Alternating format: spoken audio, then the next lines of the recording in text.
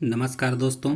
इस video series में हम लोग पढ़ रहे हैं विज्ञान के वैसे सभी महत्वपूर्ण प्रश्न जो रेलवे की विभिन्न ऑफलाइन तथा ऑनलाइन परीक्षाओं में पूछे गए हैं। अगर आप इस वीडियो में नए हैं तो कृपया इस चैनल को सब्सक्राइब कर लें तथा प्लेलिस्ट में जाकर विज्ञान के और भी कई प्रश्नों के वीडियो हैं उन्हें भी देखें। अगर वीडियो अच्छा लगे तो लाइक करें, अपने सुझाव कमेंट करें और चैनल को ज़रूर से ज़रूर सब्सक्राइब करें। तो पहला प्रश्न है, गोबर गैस संयंत्र का आविष्कार किसने किया था? गोबर गैस संयंत्र का आविष्कार किया था दोस्तों सीबी देसाई ने। सही ऑप्शन हो जाएगा ए। आप देख सकते हैं यह आरआरबी रांची परीक्षा में पूछी गई, असिस्टेंट ड्राइवर की परीक्षा में यह प्रश्न पूछी गई थी। यह काफ़ी इम्पोर्टेंट प्रश्न है दोस्तों। इसकी व्याख्या भी दी गई है, आप व्याख्या सहित इसका एक्सप्लेनेशन देख सकते हैं। गोबर गैस संयंत्र का आविष्कार सीबी देसाई ने किया था। गोबर गैस संयंत्र से निकलने वाली मुख्य गैस मीथेन होती है। यह काफ़ी इम्पोर्टेंट हो गया दोस्तों। कई बार परीक्षा में यह भी पूछी जाती है कि गोबर गैस से निकलने वाली मुख्य गैस कौन सी होती है, तो आपको याद रखना है मीथेन होती है। अगला प्रश्न है, किस गैस से सड़े हुए अंडे जैसी गंध आती है? तो सड़े हुए अंडे जैसी गंध आती है दोस्तों हाइड्रोजन सल्फाइड से। सही आंसर ए हो जाएगा। यह भी असिस्टेंट लोको पायलट के परीक्षा में पूछी गई है। आप इसकी व्याख्या देखें तो हाइड्रोजन सल्फाइड गैस से सड़े हुए अंडे जैसी गैस आती है। यह काफ़ी विषैली गैस होती है दोस्तों, रंगहीन तथा विषैली गैस होती है। अगला प्रश्न है, कैथोड किरणें हैं। कैथोड किरणें क्या होती हैं? तो कैथोड किरणें इलेक्ट्रॉनों की धारा होती है। सही ऑप्शन ए हो जाएगा। इसका अगर व्याख्या देखें तो कैथोड किरणों को इलेक्ट्रॉन बीम भी कहा जाता है तथा यह इलेक्ट्रॉन की धाराएं हैं। अगला प्रश्न है, गोबर गैस में मुख्य रूप से पाई जाती है। गोबर गैस में मुख्य रूप से मीथेन पाई जाती है दोस्तों। सही ऑप्शन डी हो जाएगा। देखिए यह कितना इम्पोर्टेंट प्रश्न है कि यह रेलवे के कितनी सारी परीक्षाओं में पूछी गई है। देखिए कितनी सारी परीक्षाओं में यह पूछी जा चुकी है। इसकी व्याख्या देखें, गोबर गैस में मुख्य रूप से मीथेन पाई जाती है। यह घरेलू ईंधन के रूप में प्रयुक्त होती है। गोबर गैस के अवशिष्ट का प्रयोग खाद के रूप में किया जाता है। बायोगैस में मीथेन सर्वाधिक मात्रा में पाई जाती है। आप इस प्रश्न को देख करके अच्छे से प्रैक्टिस करें। काफ़ी इम्पोर्टेंट प्रश्न मैं लेकर के आता हूँ। अगला प्रश्न है, किसी गैस के निश्चित द्रव्यमान का 273 परम ताप पर आयतन 25 मिलीग्राम है। यदि दाब स्थिर रखा जाए तो 546 परम ताप पर उस गैस के द्रव्यमान का आयतन क्या होगा? यह एक न्यूमेरिकल क्वेश्चन है दोस्तों। इसे आपको कैलकुलेट कर करके बनाना होगा। इसका कैलकुलेशन करने के लिए व्याख्या भी दी गई है। तो व्याख्या आप देख सकते हैं। T1 दिया गया है 273 केल्विन, जिसे परम ताप भी कहते हैं। T2 दिया गया है 546 केल्विन, जो कि प्रश्न में दिया गया था। V1 दिया गया है 25 ml और V2 ज्ञात करना है, यानी कि हमें V2 ज्ञात करना है। तो इसके लिए देखिए फॉर्मूला होता है, इस फॉर्मूले पर हमें इसे सेट करना है। बस इसी से बन गया। V1 इसका फॉर्मूला होता है V1 बटा V2 बराबर V2 बटा T2। इसी फॉर्मूले पर इसे आप सेट कर सकते हैं। इससे V2 का वैल्यू 50 ml निकलता है आंसर। छठा, यह गैस वायुमंडलीय दाब पर 1 लीटर से बढ़कर 3 लीटर हो जाती है। तब बताइए, कोई गैस वायुमंडलीय दाब पर 1 लीटर से बढ़ के 3 लीटर हो जाता है तो गैस द्वारा किया गया कार्य कितना होगा? 200 जूल। तो इसके भी न्यूमेरिकल्स की व्याख्या दी गई है। आप व्याख्या को देख करके इसे कैलकुलेट करना सीखिएगा। अगला प्रश्न है, निम्नांकित में से कौन सी गैस का आवरण सूर्य से हानिकारक पराबैंगनी किरण को अवशोषित कर लेता है? तो पराबैंगनी किरण को अवशोषित करने वाला ओजोन होता है दोस्तों। आप लोग जानते भी हैं कि ओजोन परत है जो वायुमंडल का एक परत है, उस परत से आकर के पराबैंगनी किरणें अवशोषित हो जाती है। सही आंसर ए हो जाएगा। इसकी व्याख्या भी दी गई है, आप इसे पढ़ लीजिएगा। आपको एक बात और याद रखना है, ओजोन का केमिकल फार्मूला क्या होता है, तो O3 होता है दोस्तों। O3 हम लोग ओजोन को जानते हैं, याद रखिएगा। आप इसकी व्याख्या भी देख लेंगे। अगला प्रश्न है, लाफिंग गैस है। लाफिंग गैस कौन है दोस्तों, तो सही आंसर सी हो जाएगा। हंसाने वाली गैस भी इसे कहते हैं। तो इसका व्याख्या देखा जाए, इसकी व्याख्या देखते हैं कि लाफिंग गैस N2O है। नाइट्रस ऑक्साइड को सूंघने से, अर्थात N2O यानी कि nitrous oxide, laughing gas nitrous oxide को ही बोला जाता है। नाइट्रस ऑक्साइड को सूंघने से उत्तेजना उत्पन्न होती है और हंसी आने लगती है, अतः इस गैस को हास्य गैस भी, लाफिंग गैस भी कहते हैं।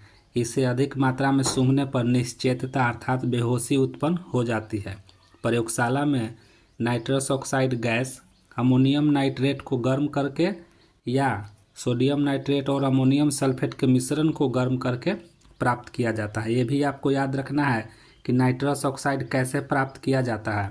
तो आपको इम्पोर्टेंट बात याद रखना है कि अमोनियम नाइट्रेट को गर्म करने से नाइट्रस ऑक्साइड प्लस H2O प्राप्त होता है। तो ये वाला भी इम्पोर्टेंट है दोस्तों, इसकी केमिकल फार्मूला को भी आप लोग याद रखिएगा। अगला प्रश्न है, वायु निम्नांकित में से क्या है। तो वायु एक मिश्रण है दोस्तों, याद रखेंगे, विभिन्न गैसों का एक मिश्रण होता है। सही आंसर सी हो जाएगा। इसकी आप व्याख्या भी देख लीजिएगा। अगला प्रश्न है, बंद कमरे में स्टोव व अंगीठी का प्रयोग न करने की सलाह दी जाती है। क्यों? क्योंकि यह स्टोव जलाने से या लकड़ी अर्थात अंगीठी जलाने से कार्बन मोनोऑक्साइड निकलता है दोस्तों। तो कार्बन मोनोऑक्साइड बंद कमरे में फैल जाएगा, जो कि ये काफ़ी हानिकारक गैस होता है। अतः सही आंसर सी हो जाएगा। कार्बन मोनोऑक्साइड के विषायन के वजह से यह सलाह नहीं दी जाती है। आप इसकी व्याख्या भी पढ़ लीजिएगा। अगला प्रश्न है, 90 किलोग्राम पानी से प्राप्त की जा सकने वाली ऑक्सीजन की मात्रा कितनी होगी। तो 90 किलोग्राम पानी से 80 केजी अर्थात सही ऑप्शन डी, 80 केजी ऑक्सीजन की मात्रा प्राप्त की जा सकती है। इसकी व्याख्या भी आप लोग देख लीजिएगा। अगला प्रश्न है, निम्नलिखित में से कौन सी गैस एक रेखीय अणु नहीं है। तो रेखीय अणु नहीं है दोस्तों SO2। कार्बन डाइऑक्साइड N2 और C2H2 ये सब रेखीय अणु होते हैं, जबकि SO2 रेखीय अणु नहीं होते हैं। इसकी संरचना आप लोग अच्छे से देख लीजिए। कार्बन डाइऑक्साइड की संरचना होती है, दिया हुआ है। N2O की संरचना भी दी गई है। SO2 की संरचना देखिए, यह रेखीय नहीं है, अतः सही आंसर हो जाएगा SO2। अगला प्रश्न है, प्राकृतिक गैस के बारे में निम्नलिखित में कौन से कथन असत्य है अर्थात गलत खोजना है इसमें से। पहला ऑप्शन देखते हैं, इसका प्रयोग ईंधन के तौर पर किया जाता है। ये तो सही हो जाएगा। प्राकृतिक गैस का प्रयोग ईंधन के तौर पर किया जाता है, बिल्कुल सही। बी नंबर, यह गैसीय हाइड्रोकार्बन का मिश्रण है, बिल्कुल सही। प्राकृतिक गैस एक हाइड्रोकार्बन का मिश्रण होता है दोस्तों। तीसरा ऑप्शन, इसका प्रयोग उर्वरक के निर्माण में किया जाता है, बिल्कुल सही, अभी सही। अर्थात A, B और C तीनों सही है, तो सही आंसर इसका डी हो जाएगा, जो कि गलत है। इसकी व्याख्या भी आप लोग देख लीजिएगा। प्राकृतिक गैस हाइड्रोकार्बन का मिश्रण होता है, इसमें 80% CH4 अर्थात मीथेन रहता है। ये आप लोगों को इम्पोर्टेंट मान के याद रखना है दोस्तों कि प्राकृतिक गैस में कौन सी गैस मुख्य रूप से पाई जाती है, तो मीथेन। इसका प्रयोग आपको ईंधन के रूप में भी किया जाता है, आप तो जानते ही हैं। अगला प्रश्न है, प्रोड्यूसर गैस का ईंधन तथा नाइट्रोजन के स्रोत के रूप में प्रयोग किया जाता है। यह गैस प्राप्त की जाती है, यानी प्रश्न पूछ रहा है कि प्रोड्यूसर गैस कैसे प्राप्त की जाती है। तो प्रोड्यूसर गैस प्राप्त की जाती है दोस्तों, भाप को तपते हुए कोयले पर प्रवाहित करने से हमें प्रोड्यूसर गैस प्राप्त होता है। ये बात हम लोग जानते हैं। अब यही बात हमें ऑप्शन में खोजना है, तो देखते हैं कि डी नंबर ऑप्शन में दिया हुआ है कि भाप को उद्दीप्त कोक पर प्रवाहित करने से, अर्थात सही आंसर मेरा हो जाएगा डी। इसकी व्याख्या भी आप लोग देख लीजिए। प्रोड्यूसर गैस ईंधन तथा कांच व इस्पात और नाइट्रोजन के स्रोत के रूप में प्रयोग की जाती है। यह गैस भाप को उद्दीप्त कोक प्रवाहित करने पर प्राप्त होती है। प्रोड्यूसर गैस मुख्यतः नाइट्रोजन तथा कार्बन मोनोऑक्साइड गैसों का मिश्रण है। अगला प्रश्न है, प्रदीप्त प्रकाश नलिका में निम्नलिखित में से कौन सी गैस होती है? तो इसमें होती है दोस्तों आर्गन गैस होती है। सही आंसर बी हो जाएगा। आप इसकी व्याख्या भी देख लीजिएगा, काफ़ी डिटेल में इसकी व्याख्या दी गई है। आप इसे वीडियो को पॉज कर करके आराम से पढ़ के आप लोग इसकी व्याख्या भी देख लीजिए। व्याख्या इसलिए देखना ज़रूरी होता है दोस्तों क्योंकि एक व्याख्या देखने से कई तरह के प्रश्न आप सॉल्व कर सकते हैं। अगला प्रश्न है, हाइड्रोजन गैस सामान्यतः तैयार की जाती है। तो हाइड्रोजन गैस कैसे तैयार की जाती है यह पूछा जा रहा है। तो हाइड्रोजन गैस तैयार करने के लिए दोस्तों H2SO4 के साथ जस्ते की अभिक्रिया कराई जाती है, जिसके वजह से हाइड्रोजन गैस प्राप्त होती है। यहाँ पर आपको देखना है कि तनुकृत H2SO4 के साथ जस्ते की अभिक्रिया कराई जाती है। सही आंसर डी हो जाएगा। इसकी व्याख्या देखते हैं। तनु H2SO4 के साथ शुद्ध जस्ता की क्रिया से H2 गैस प्राप्त की जाती है। जस्ता विद्युत रासायनिक श्रेणी में हाइड्रोजन से ऊपर है, अतः Zn और H2SO4 में से हाइड्रोजन को अलग कर देता है और ZnSO4 बनाता है। आप इसकी अभिक्रिया देख लीजिए, Zn प्लस H2SO4 बनेगा ZnSO4 प्लस H2, अर्थात H2 गैस मुक्त हो जाती है। अगला प्रश्न है, द्रवित पेट्रोलियम गैस के मुख्यतः संघटक हैं। तो द्रवित पेट्रोलियम गैस अर्थात लिक्विड पेट्रोलियम गैस, जिसे हम LPG के नाम से भी जानते हैं, तो LPG का मुख्य संघटक होता है दोस्तों ब्यूटेन, नॉर्मल ब्यूटेन तथा आइसोब्यूटेन। सही आंसर हो जाएगा सी। कई बार यह परीक्षा में पूछी जाती है दोस्तों, देखिए कितनी बार यह परीक्षाओं में पूछी जा चुकी है यह प्रश्न। इसकी व्याख्या देखें। LPG या द्रवित पेट्रोलियम के मुख्यतः संगठन ब्यूटेन होते हैं, जिसमें आइसोब्यूटेन और प्रोपेन है या नॉर्मल ब्यूटेन इस तरह से आते हैं दोस्तों। LPG के रिसाव की पहचान है तो उसमें दुर्गंध युक्त पदार्थ एथिल मरकैप्टन को मिला दिया जाता है। इसमें ब्यूटेन की मात्रा सर्वाधिक होती है। आप इसकी व्याख्या को भी पढ़ लीजिएगा। अगला प्रश्न है, रसोई गैस मिश्रण है। तो रसोई गैस में कौन कौन से होते हैं दोस्तों? तो ब्यूटेन और प्रोपेन का मिश्रण होता है। सही आंसर सी हो जाएगा। रसोई गैस हम लोग LPG को ही बोलते हैं। देखिए इसकी व्याख्या, रसोई गैस अर्थात LPG मुख्यतः ब्यूटेन और प्रोपेन का मिश्रण होता है।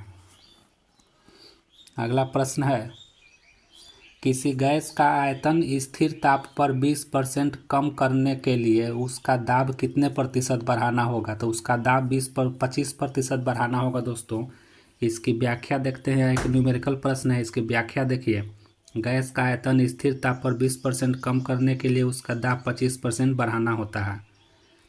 अगला क्वेश्चन है, तापमान को कितना कम कर देने से सभी गैस शून्य आयतन घेरेगी? अर्थात तापमान को 273 डिग्री सेल्सियस अर्थात -273 डिग्री सेल्सियस अगर कम कर दिया जाए तो यह शून्य आयतन घेरेगा। इसका सही आंसर सी हो जाएगा। इसकी व्याख्या देख लीजिए। -273 डिग्री सेल्सियस पर सभी गैसें शून्य आयतन घेरेगी। चार्ल्स के नियम के अनुसार परम शून्य, जिससे हम लोग 273 डिग्री सेल्सियस पर गैस का आयतन शून्य हो जाना चाहिए, परंतु सभी वास्तविक गैस इस ताप तक पहुंचने से पहले ही द्रव या ठोस पदार्थ में परिणत हो जाते हैं। तो ये था हमारा आज का 20 महत्वपूर्ण प्रश्न। अगले वीडियो में हम लोग पुनः 20 या 25 क्वेश्चन लेकर के आएंगे जो विभिन्न रेलवे की परीक्षाओं में पूछी गई प्रश्न होती है। कृपया वीडियो को लाइक करें, शेयर करें, कमेंट करके अपने सुझाव दें तथा चैनल को ज़रूर से ज़रूर सब्सक्राइब करें और अपनी तैयारी को और सुदृढ़ बनाएं। प्रैक्टिस करते रहें इसी तरह के प्रश्नों से। धन्यवाद।